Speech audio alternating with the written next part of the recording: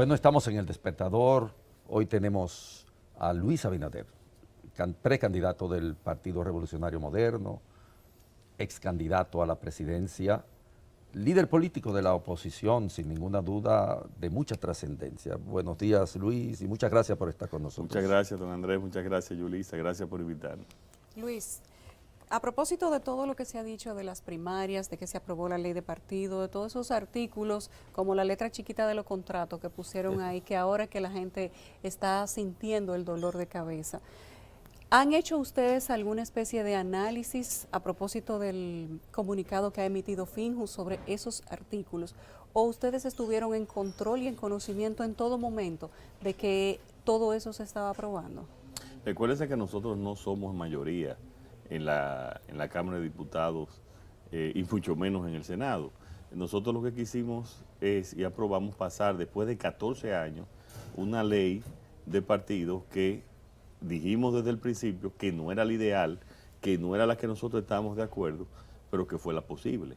Y yo pienso que con a pesar de muchos detalles que tenemos quizás que corregir, como la mayoría de las leyes, y para eso está el Congreso, para ir adaptando las leyes a los diferentes cambios de la sociedad, pues creo que es un paso de avance, con algunos aspectos negativos, como el que ha mencionado Finjus y otros más incluso, que nosotros advertimos, pero que ya al final era o tener ley o no tener ley.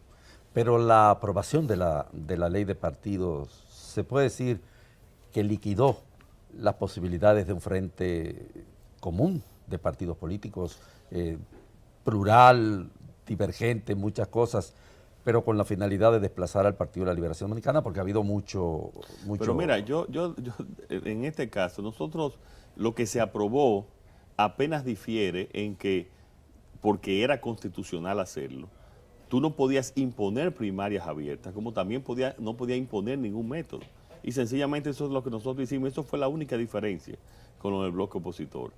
Nosotros vamos a recomponer a todas las personas que sean realmente del bloque opositor.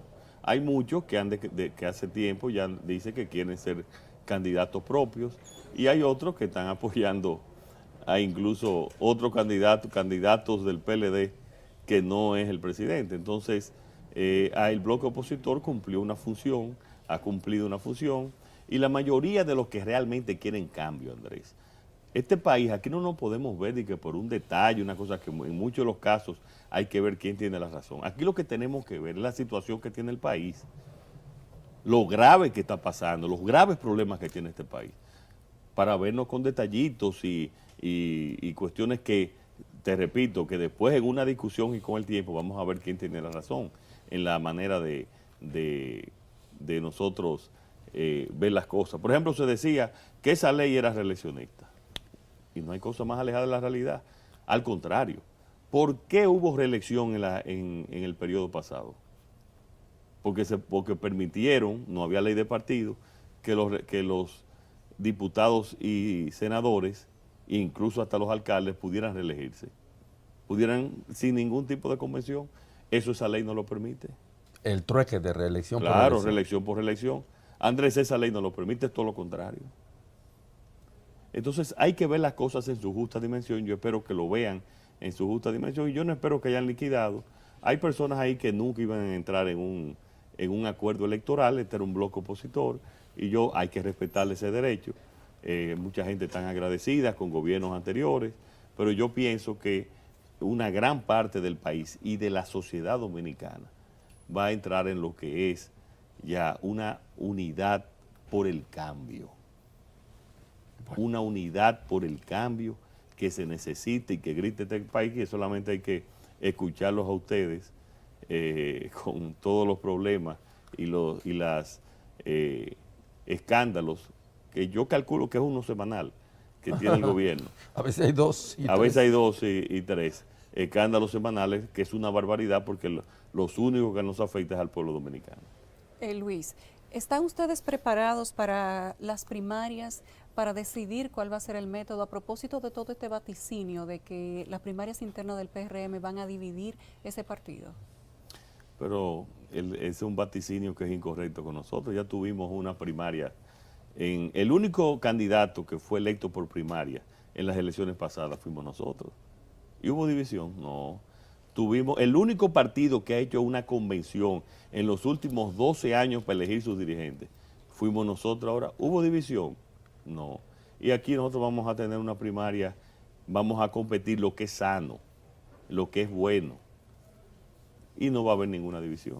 Bueno, pero está resuelto definitivamente el tema de abierta o cerrada, puesto que el grupo de Hipólito, la tendencia de Hipólito, la prefiere abierta. Sí, pero ya eso lo discutimos. Y Eso fue aprobado, ya es fue irreversible. aprobado y ya incluso tanto el presidente del partido como nuestra secretaria general ya ha hablado en ese respecto. O sea, son cerradas. Y Sí, punto. ya eso es lo que han aprobado los organismos. Independientemente de lo que dice el grupo de Hipólito. Bueno, todo lo que ellos digan hay que escucharlo y hay que ver, pero ya eso está aprobado por los organismos. Bueno, la reelección. Hay todavía posibilidades de reelección por parte del presidente Medina, desde el punto de vista jurídico. ¿Y dónde?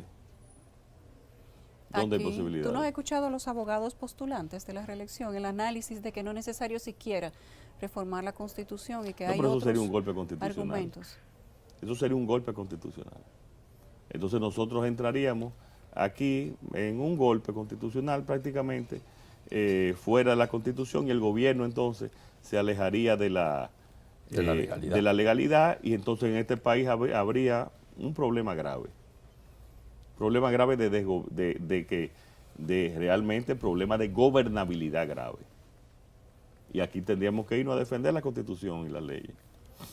¿Y están ustedes en disposición de actuar en el caso de que eso se diera? Por ejemplo, nosotros hemos visto cómo esos abogados postulantes y diferentes políticos han estado movilizando la teoría de la reelección.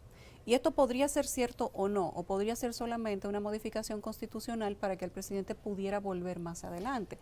Pero en el caso de que se dé esta ventana a la que alegan esos abogados que por donde podría introducirse el presidente, ¿qué haría el PRM? Mira, los gobiernos de turno, si tú estudias la historia dominicana, Andrés, recuerda aquella famosa discusión de Horacio Vázquez, que era la Sí, la prolongación. La prolongación, que eso le llevó, fue una de las razones por la cual vino después el régimen de El Trujillo. presidente o que Y entra ese, el mar. siempre los presidentes de turno encuentran abogados y juristas y voceros que desgraciadamente se prestan para este tipo de situación. Que yo quiero que esté claro, el PRM nació para defender la democracia dominicana. Y nosotros estamos dispuestos a hacer lo que tengamos que hacer, con el sacrificio que sea para nosotros defender la democracia dominicana. Que eso está claro, lo hemos dicho en varias ocasiones, lo hemos repetido y lo que esperamos es que eso no pase. Pero el PRM, nosotros vamos a ser guardianes de la democracia de nuestro país. Y si pasa cualquier cosa, que yo espero que esos sean voceros que mandan siempre para con cualquier tipo de objetivo, sean sencillamente eso, bocinas, pero que no se lleve eso a la práctica, porque entonces el país tendría problemas de desestabilización, que no le quepa duda a nadie en ese sentido. Bueno, en este momento hay en el país mucha inquietud, mucha intranquilidad con respecto de el costo de los combustibles, la situación de los apagones, Punta Catalina. ¿Qué piensa el PRM respecto de todas estas Mira, nosotros cosas? vamos a presentar una propuesta que le estamos trabajando y la voy a dar como primicia aquí en este programa.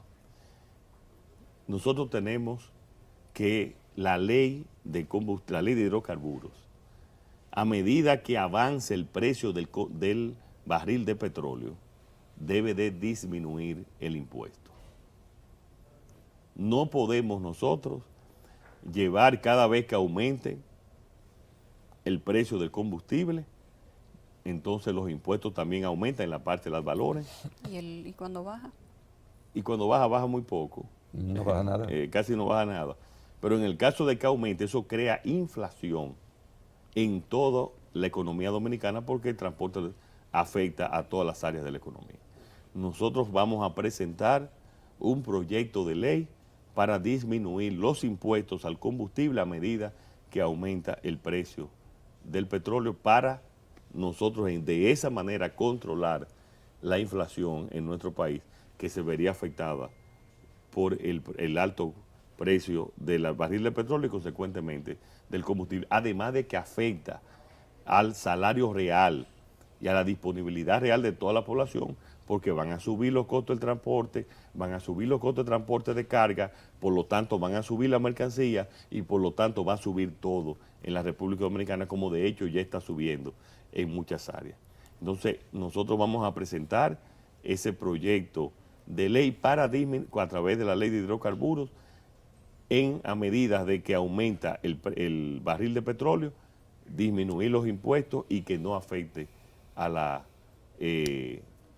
inflación del país. Y eso lo doy como primicia aquí y estará listo, yo espero, en menos de 2 semanas. Luis, en la medida Ojalá que el gobierno, nosotros hemos hecho infinidad de propuestas en todos los órdenes, ojalá que el gobierno la tome y la aplique ahora. Bueno, En la pues, medida que ha ido pasando el tiempo, parecería que la situación del gobierno se va hasta cierto punto, digamos que desestabilizando. La gente ya no ama tanto al gobierno como lo amaba en un principio. Esto es propio del desgaste de los mismos gobiernos, pero resulta que en las últimas semanas hay más protestas y luego de que se dieron los apagones, entonces la gente se ha volcado más a la calle. Ayer el país amaneció, o por lo menos el Santo Domingo amaneció militarizado para evitar protestas y evitar que la gente se tirara a la calle a generar desórdenes por la misma situación de los combustibles y de los apagones. ¿Qué ven ustedes que está sucediendo en este momento? ¿Va bajando la credibilidad o esto es propio del mismo desgaste? Yo pienso que también hay mucha indignación, Yulisa. Cuando tú ves que suben los precios de los combustibles, subió el precio, está subiendo el precio del petróleo, pero al mismo tiempo tú ves entonces esos reportajes como el de Alicia, donde tú ves que se está malgastando el dinero, que se le está cobrando a la gente por el combustible y se está malgastando en 2 o 3 políticos para que tengan salario. Entonces eso lleva a la gente a protestar y a protestar con razón. Porque si tú me dices que se suben los precios de combustible, que se está recuperando más dinero y que tú estás viendo más medicina en los hospitales, pues la gente puede tranquilizarse. Si tú estás viendo más seguridad en las calles con policías mejor entrenados y mejor pagados, bueno, pues tú dices, ok, vamos a permitirlo. Pero cuando tú ves que lo que se está recolectando dinero y recaudando muchos recursos para entonces pagarles a políticos altos salarios que no hacen nada, entonces eso es lo que lleva a la indignación y consecuentemente a las protestas. así. Y eso, si no se soluciona y si no toman las medidas del lugar, entonces eso puede continuar gravemente. Y eso es algo que todos queremos evitar, pero que el gobierno es el principal que tiene que hacerlo y que tiene que evitarlo. Y lo que está pasando con Punta Catalina. Ayer hubo una rueda de prensa del administrador de Punta Catalina y del vicepresidente de la CDE, toda esa C.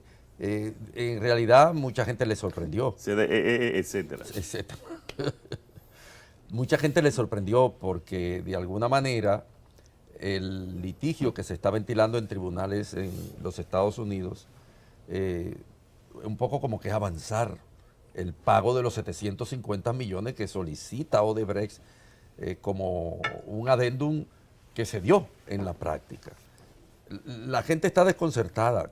Estos 300 y pico de millones que se especializan para garantizar que Odebrecht termine, uno no entiende. ¿Qué es lo que cree ustedes que está pasando con Punta Catalina? Miren, ¿cómo era que decían apuesto peso a Moriqueta? Peso a Moriqueta. Yo apuesto peso a Moriqueta que eso no le da para terminar La Punta planta. Catalina. Y yo le pregunto a ustedes que están investigando, que son periodistas de primer nivel, comunicadores, investigadores. Yulisa, ¿cuánto va a salir el Punta Catalina finalmente? No se sabe. Con los 336 millones se sube casi un 18% más de los 1.945 millones. Ya va por 2.000 millones y pico. 2.300 y pico de millones. Eso no lo sabe nadie. No, eso no lo sabe nadie. Eso no lo sabe nadie. Y eso te dice a ti, eso dice, señores, el desorden en todos los órdenes de esa planta. Ese es el fracaso cumbre de este gobierno. El fracaso cumbre de este gobierno. Eso da hasta pena y vergüenza, señores. Pena y vergüenza. Pero una pena y una vergüenza que la sufrimos nosotros. Primero, lo que está pasando en el país con el tema de la debilidad del sector y de la generación. Esa es la primera muestra del fracaso de la política energética. Pero del gobierno. los generadores, acaban de decir en la Asociación de Generadores, que ellos tienen una producción Sí, pero lo ¿a qué suficiente costo? para abastecer el ¿Pero a qué país. costo, Pero es más Andrés? caro. Ah, el costo. ¿A qué costo? Ese es el problema, ¿a qué costo? Entonces, ese es el primer, ahí la muestra de que estamos ante un fracaso de la política energética del país. Porque, bueno, el fracaso lo vemos cada día que tú, cada mes que tú recibes tu cuenta Tu factura y la factura de electricidad, ya tú ves el fracaso cuando te afecta gravemente el costo de las empresas, llevando a menos competitividad y por tanto menos empleos, el costo en tu casa, de tal manera que te está afectando tu presupuesto familiar. Pero además de esto, entonces, la gran solución es un fracaso en todos los órdenes, que es Punta Catalina, que es, como he dicho, el fracaso cumbre de este gobierno. Entonces, señores, eso desgraciadamente es algo que incalificable. Y esta rueda de prensa de ayer es algo que tiene que responder todavía mucho, porque no está claro. Mientras más hablaron, más nos confundimos. Así Así es. es. Una última pregunta, perdona, Yulisa. Ay. Cualquiera no quisiera coger el gobierno que dejan los PLDistas. Realmente ese va a ser un gobierno minado, el que venga después de los gobiernos PLDistas, porque la deuda, la desinstitucionalización, hay un proceso La crisis de vaticinada. desinstitucionalización grave, etcétera.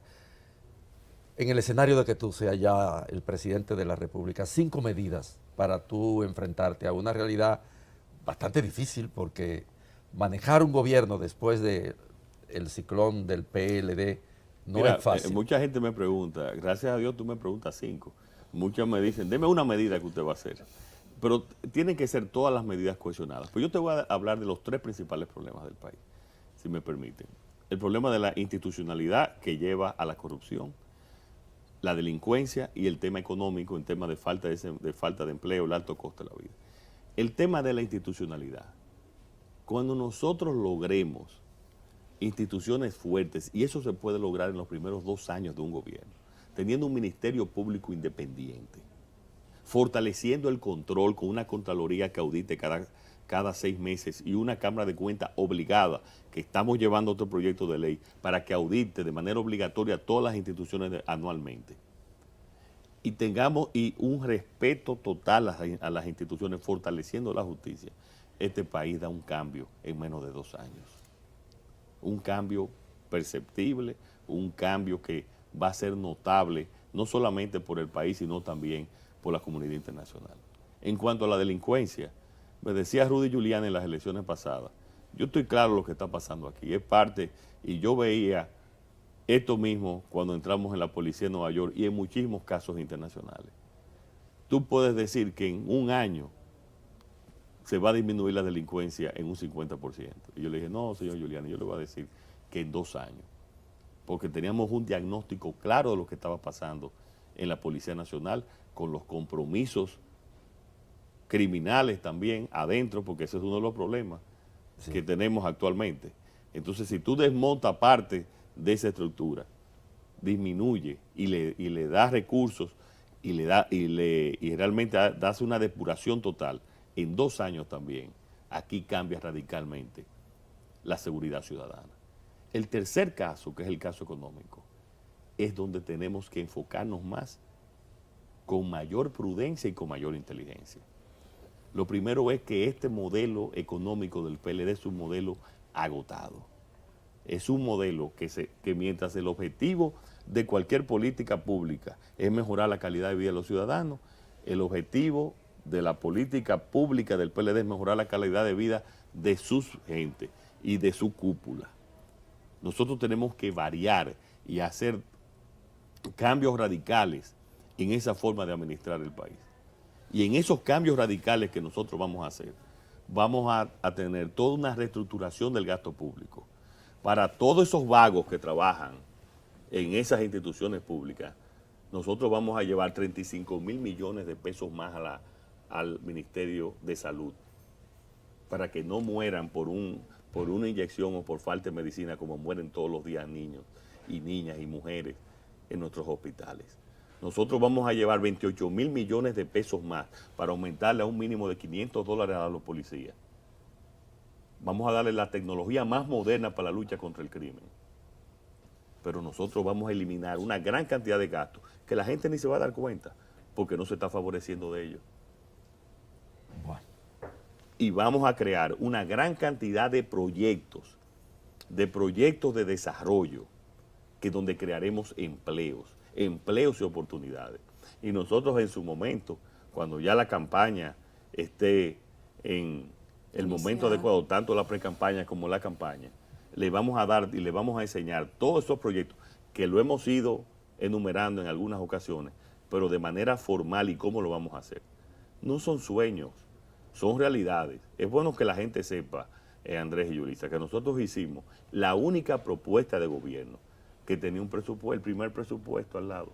O sea, que no son sueños de que vamos a hacer, vamos a buscar. Tú sabes que la gente dice, vamos a hacer gran cosa y después dice, no hay dinero. No hay dinero. No, nosotros Promesas y sabemos de dónde realidades. vamos a sacar los recursos en cada momento y estamos preparados para hacerlo. Las condiciones que vienen no son fáciles, Muy difíciles. pero podemos dar podemos y estamos preparados y sabemos cómo hacerlo para hacer ese cambio radical que necesita la República Dominicana, que necesita, que grita, que requiere y que hay que hacerlo. Y que si cae en manos equivocadas, ya no hay margen de error en el próximo periodo. Gracias, Luis, por haber aceptado nuestra invitación. Siempre es un placer. Gracias a tenerte aquí. ustedes. Nos vamos a una breve pausa y regresamos con el contenido de la segunda hora del despertar.